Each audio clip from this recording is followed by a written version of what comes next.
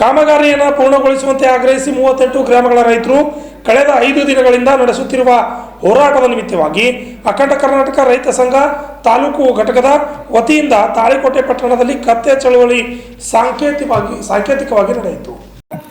ಪಟ್ಟಣದ doctor B R. Ambedkar ವೃತ್ತದಲ್ಲಿ ಅಖಂಡ ಕರ್ನಾಟಕ ರೈತ ಸಂಘದ ರಾಜ್ಯ ಪ್ರಧಾನ ಕಾರ್ಯದರ್ಶಿ ಅರವಿಂದ್ ಕುಲಕರ್ಣಿ ಹಾಗೂ ಪ್ರಗತಿಪರ ರೈತ ಪ್ರಭುಗೌಡ ಬಿರಾದರ್ ಅವರ ನೇತೃತ್ವದಲ್ಲಿ 38 ಗ್ರಾಮಗಳ ರೈತರು ಜಮಾವಣೆಗೊಂಡು ರಾಜ್ಯ ಸರ್ಕಾರದ ವಿರುದ್ಧ ಘೋಷಣೆಯನ್ನು ಕೂಗಿ ತಮ್ಮ ಆಕ್ರೋಶ ಹೊರಹಾಕಿದ್ದಾರೆ.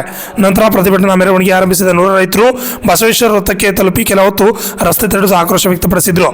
ಈ ಸಂದರ್ಭದಲ್ಲಿ ರಾಜ್ಯ ಪ್ರಧಾನ ಕಾರ್ಯದರ್ಶಿ ಅರವಿಂದ್ ಕುಲಕರ್ಣಿ ಹಾಗೂ ಪ್ರಗತಿಪರ ರೈತ ಪ್ರಭುಗೌಡ ಬಿರಾದರ್ ಮಾತನಾಡಿ ಸರ್ಕಾರದ ನಿರ್ಲಕ್ಷ್ಯ ಕುರಿತು ಉಗ್ರವಾಗಿ ಖಂಡಿಸಿ ಜಿಲ್ಲಾ ಉಸ್ತುವಾರಿ ಸಚಿವ ಎಂ.ಬಿ. ಪಾಟೀಲ್ ರಾಜೀನಾಮೆಗೆ ಆಗ್ರಹಿಸಿದರು. ಶಾಂತಿಪೂರ್ಣ ಹೋರಾಟವನ್ನು ಪೊಲೀಸ್ ಇಲಾಖೆ ಮೂಲಕ ಹತ್ತಿಕ್ಕುವಂತ ಪ್ರಯತ್ನ ಮಾಡಲಾಗ್ತಾ ಇದೆ. ಇದನ್ನು ನಾವು ಉಚ್ಚ ನ್ಯಾಯಾಲಯದಲ್ಲಿ ಪ್ರಶ್ನಿಸುತ್ತೇವೆ ಎಂದು ತಿಳಿಸಿ ಇದಕ್ಕಿಂತಲೂ ಉಗ್ರವಾದ ಹೋರಾಟ ಮುಂದಿನ ದಿನಗಳಲ್ಲಿ ಮಾಡುತ್ತೇವೆ ಎಂದು ಹೇಳಿದರು. Lakshmana Kalal, RJ32 Kannada news, Talikote.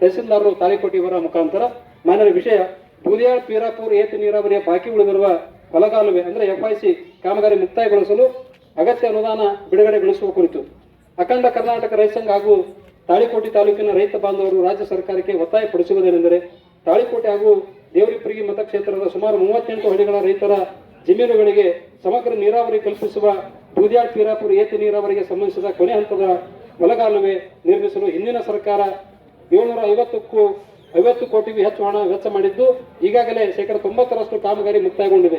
ಆದರೆ ಕೊನೆ ಹಂತದ ಹೊಲಗಾಲುವೆ ಕಾಮಗಾರಿ ಇಷ್ಟೊತ್ತಿಗೆ ಮುಕ್ತಾಯಗೊಂಡು ಪ್ರತಿ ರೈತನ ಜಮೀನುಗಳಿಗೆ ನೀರು ಹರಿಯಬೇಕಿತ್ತು. ಆದರೆ ಕಾಮಗಾರಿಗೆ ಅನುದಾನ ಬಿಡುಗಡೆ ಮಾಡದೇ ಇರುವುದರಿಂದ ಕಾಮಗಾರಿ ನನೆಗುದಿ ಬಿದ್ದಿದೆ. ಈ ಯೋಜನೆ ಪೂರ್ಣಗೊಂಡರೆ ತಾಳಿಕೋಟೆ ಹಾಗೂ ದೇವರಿಪುರಗಿ ತಾಲೂಕಿನ ಸುಮಾರು 38 ಗ್ರಾಮಗಳ ರೈತರಿಗೆ